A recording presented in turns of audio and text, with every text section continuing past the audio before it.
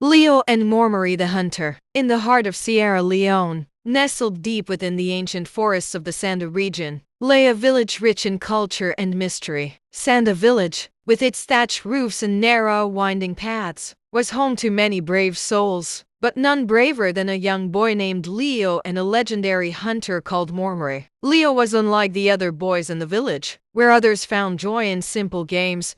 Leo sought adventure in the unknown. The vast forest surrounding Sanda called to him like a drumbeat in his chest. Every tree seemed to whisper secrets, and every animal track was a puzzle waiting to be solved. His mother often scolded him for wandering too far from the village, but Leo's curiosity was insatiable. Mormorry, on the other hand, was known throughout the land. He had traveled far and wide, facing the fiercest creatures of the jungle. He was tall, with a muscular frame, and his eyes held stories of battles fought and won. He carried a spear that gleamed in the sun, and around his neck, he wore a necklace made of the claws of a giant leopard he had once defeated. Though Mormorry was revered by all, he lived on the outskirts of the village alone. There were rumors that the forest spirits spoke to him, and some even said that Mormorry could communicate with animals. Leo had always been fascinated by these stories, and he often dreamed of joining Mormorry on one of his legendary hunts. One bright morning,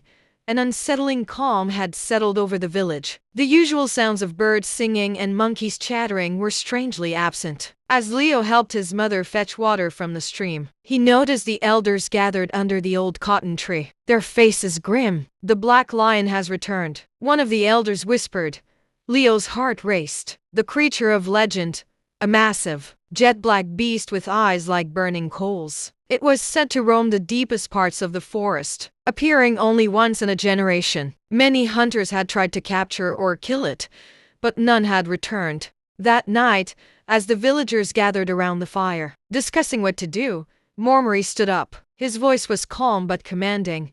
"I will go after the Black Lion." The villagers gasped. Even the bravest among them hesitated to face such a beast. But Mormorry was not just any hunter. If anyone could defeat the Black Lion, it was him. Leo's heart pounded in his chest. This was his chance. If he could somehow join Mormorry on his hunt, he could prove himself to the village, and maybe even learn some of the hunter's secrets. But he knew it wouldn't be easy. Mormorry wasn't known for taking on apprentices, and he certainly wouldn't want a boy tagging along on such a dangerous mission. That night, while the village slept, Leo made his decision. He would follow Mormorry into the forest. The next morning, before dawn, Leo packed a small bag with some food, a knife, and a water skin. He waited by the edge of the village hidden. Just as the sun began to rise, he saw Mormorry heading into the forest, his spear in his hand, quiet as a cat. Leo followed. For hours, they trekked deeper into the jungle, far beyond where Leo had ever been. The trees grew taller, their branches intertwining to create a thick canopy that blocked out the sun. The air was heavy with the scent of damp earth and the distant calls of unseen creatures. Leo kept his distance, careful not to make a sound. He marveled at how effortlessly Mormorry moved through the forest, his every step silent, his eyes constantly scanning the surroundings. As the day wore on, Leo began to feel the strain of the journey. His legs ached, and his stomach growled with hunger. But he pushed on, determined not to give up. Just as the sun began to dip below the horizon, Mormorry came to a sudden stop. He knelt down, examining the ground. Leo crept closer, hiding behind a large tree. He peered around the trunk and saw what had caught Mormorry's attention: a massive paw print, larger than any Leo had ever seen. The Black Lion. Mormorry muttered under his breath. Leo's heart skipped a beat. They were close. For a moment, Leo considered revealing himself to Mormorry, but before he could make a move, a low growl echoed through the trees. It was a sound so deep and menacing that it made the hairs on the back of Leo's neck stand up.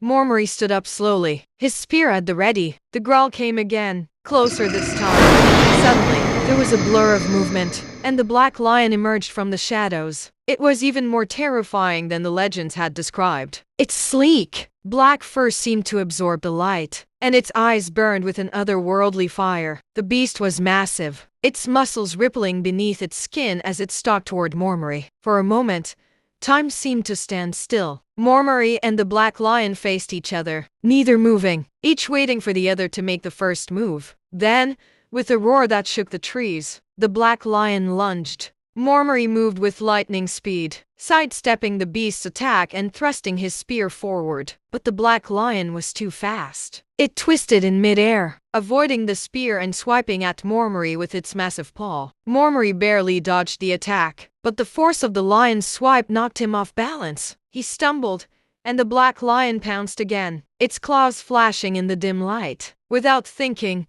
Leo leapt from his hiding place. He grabbed a large branch from the ground and swung it at the black lion with all his strength. The branch connected with the beast's side, and the lion let out a furious roar. Startled, the black lion turned its attention to Leo. For a brief moment, its fiery eyes locked onto the boy, and Leo felt a wave of terror wash over him. But before the beast could attack, Mormorry was on his feet again, his spear aimed at the lion's heart. With a powerful thrust, Mormorry drove the spear into the black lion's chest. The beast let out one final roar before collapsing to the ground, its massive body shuddering as life left it. For a moment, there was silence. Mormorry turned to Leo, his expression unreadable. "You followed me." Leo nodded, his heart still racing. "I wanted to help." Mormorry stared at him for a long moment before a small smile tugged at the corner of his lips. "You're brave, boy." "Foolish, but brave." Leo couldn't help but grin. He had done it. He had faced the black lion and survived. Together, they made their way back to the village, the black lion's pelt slung over Mormorry's shoulder. When they arrived, the villagers erupted into cheers. Mormorry had done the impossible, and Leo had proven himself in the eyes of the village. From that day on, Leo was no longer just a curious boy with a thirst for adventure. He was Leo, the boy who had faced a black lion and lived to tell the tale. And Mormorry, the legendary hunter, had found a worthy apprentice. The forest still held many mysteries, and Leo knew that this was only the beginning of his adventures. But with Mormorry by his side, he was ready for whatever challenges lay ahead. Thanks for watching African Storytelling Channel. Don't forget to tell us what you think about this story in the comments section, and give us a thumbs up. Kindly subscribe to this channel for more.